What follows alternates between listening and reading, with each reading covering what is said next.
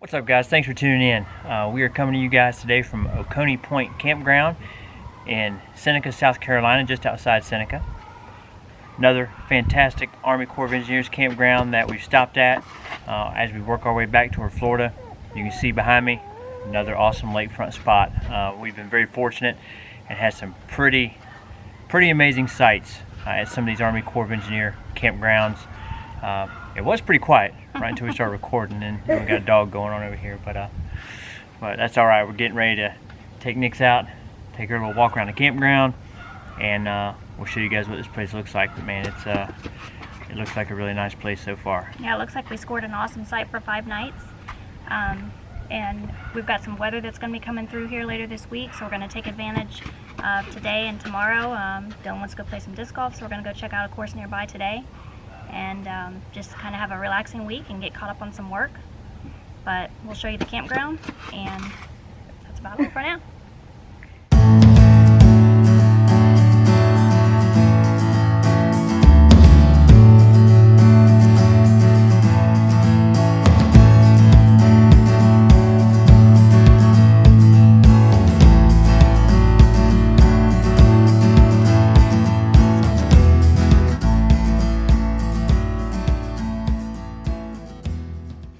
Okay, we just got back from taking Nix for a walk around the campground, and let me just tell you, these are some of the nicest sites. Almost all of them are lake front, or at least a view of the lake, and there's plenty of space between you and your neighbor. We're in site 45.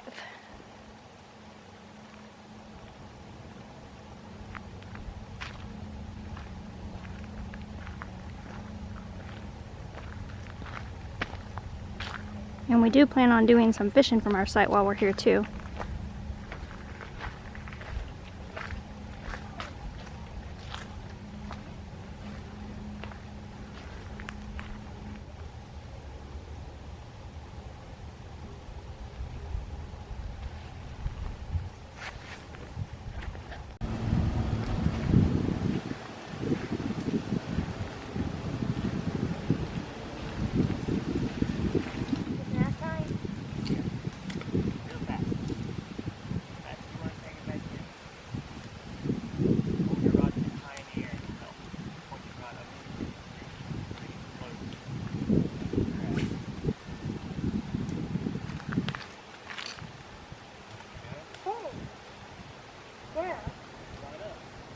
Alright, well, time at Oconee Point Campground is coming to an early end. I never thought we'd be moving away from the effects of a hurricane, staying way up in the northern part of South Carolina, hurricanes in the Gulf of Mexico. We have been kind of keeping a little bit of an eye on it because we knew that it was going to bring some rain up this way. That was always in the equation for us up here in this area.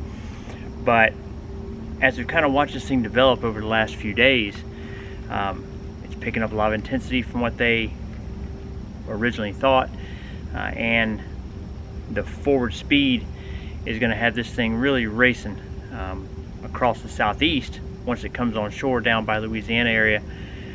So as we started kind of keeping a little closer eye on it,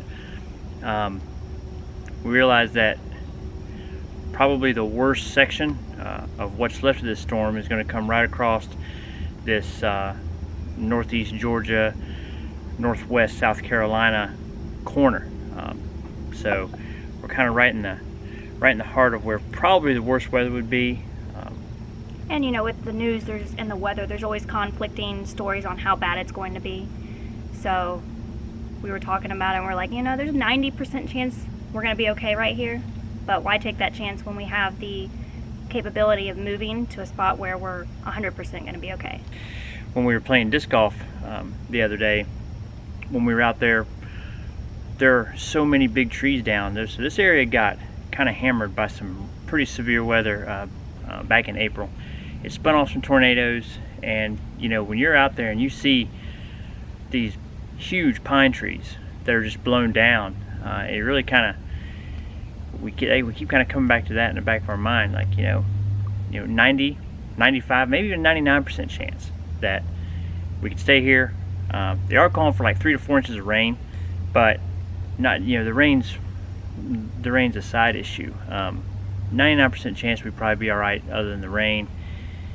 But man, that chance that some severe weather could spin off of this thing, tornadoes. They're actually forecasting some wind gusts to be up into the 60 to 70 mile an hour range as the rest of the storm passes through. So it just doesn't make good sense for us to stay when we were just kind of hanging out anyway. We didn't have any big plans. There's nothing, there's really nothing forcing us to stay here. So we've found a spot about 150 miles south. Should get us well out of the way. It looks like the only chance where there's going to be some really severe stuff as far as winds and possible tornadoes and things is right by the center, where the center passes through.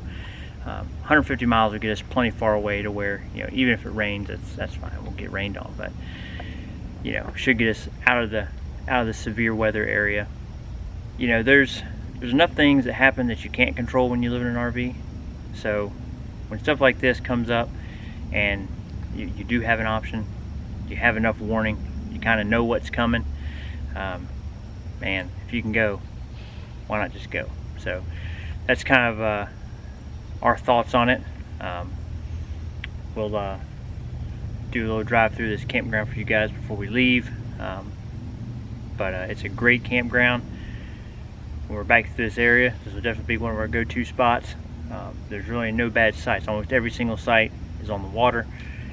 You can see the view we got in the background. It's a beautiful lake. Yeah, I was looking forward to 5 days in this spot. Only got 3, but that's okay.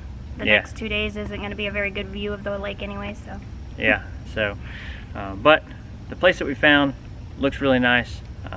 We'll show you guys where we end up going, but looks like it actually should work out for us down there where we're headed. So we're going to finish getting packed up here, and we're going to get on the road before this weather moves in. Alright, so this is right at the end of our camping loop. You got a nice swimming area down here. Would be great in the summertime.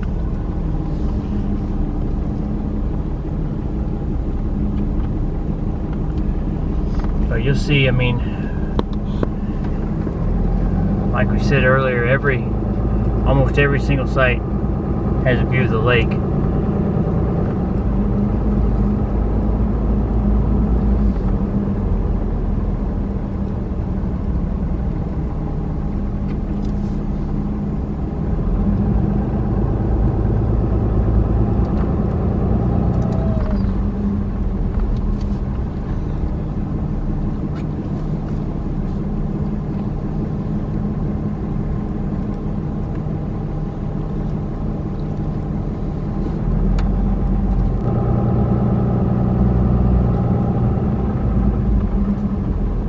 The campground has a total of 70 sites spread over 3 different loops.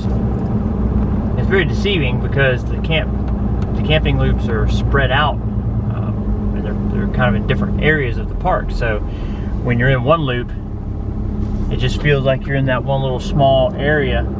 You don't really realize how big this place is back here. But we went for a walk around the campground when we first got here, and it's a big campground, definitely.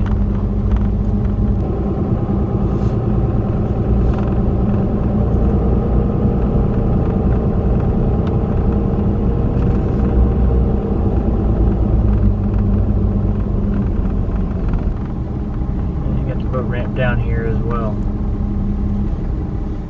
Alright, so we made it down to Magnolia Springs State Park, about an hour south of Augusta. That's where we decided to come to kind of get away from that storm that's coming through. And we came down yesterday.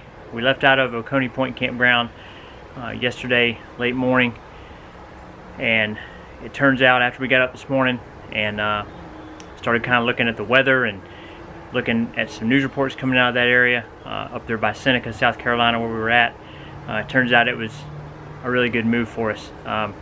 Lots of down trees, tremendous amount of power outages up in that area. They got hit pretty hard up there. North Georgia took a pretty good beating. So really glad that we decided to get out of there when we did and not try to stay there and write it off as just being a little tropical storm, or just a little bit of wind and rain, because it turned out to be a pretty rough deal, and I'm glad we got out. Even if it ended up that they didn't get a lot in that area, we got to do what we feel we're most comfortable with, and for us it was just better to be safe than sorry.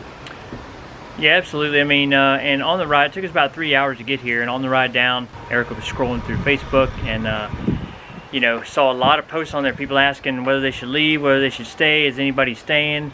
The bottom line is everybody has a certain level of risk that they're comfortable with taking, and nobody can make that decision for you whether you should leave or whether you should stay. We weren't comfortable with staying, so we went ahead and bailed. Turned out to be a good option, but man, nobody can make the decision for you and what's best for you and your family. I mean, you have to do whatever you're comfortable with. We don't watch a whole lot of news anymore, but we do watch the weather. That's one thing we do stay on top of. When you have your whole house with you all the time, and your whole house could be flipped over pretty easy in some strong winds, you don't want to take any chances. And with this storm affecting 5 or 6 states with the tropical storm winds and everything, it's actually affected our future plans for the next 3 weeks that we had before we headed back to Florida.